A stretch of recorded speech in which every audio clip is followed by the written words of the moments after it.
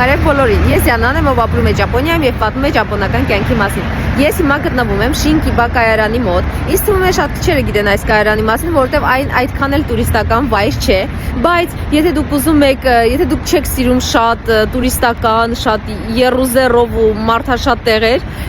դուք կարող եք շատ լավ ժամանակ անցկացնել Շինկիբայում եւ եկեք ես ձեզ ասեմ որտեղ։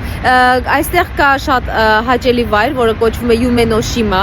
Այն ճապոներենից թարգմանաբար նշանակում է երազանքների կղզի եւ այստեղ կա շատ մեծ այգի, որտեղ առավել եւս աշնանը, այդ աշնանային կարմիր ոնց որ տերևները դուք կարող եք վայելել եւ ինչպես նաեւ եթե կան որ սիրահարներ կա նաեւ ջերմատուն այստեղ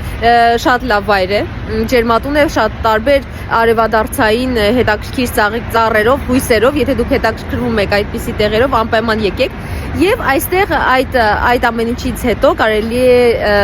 ունենալ լանչ շատ հավես կաֆեում, որը եղել է պահեստ, եկեք ես ձեզ ցույց տամ այդ տեղը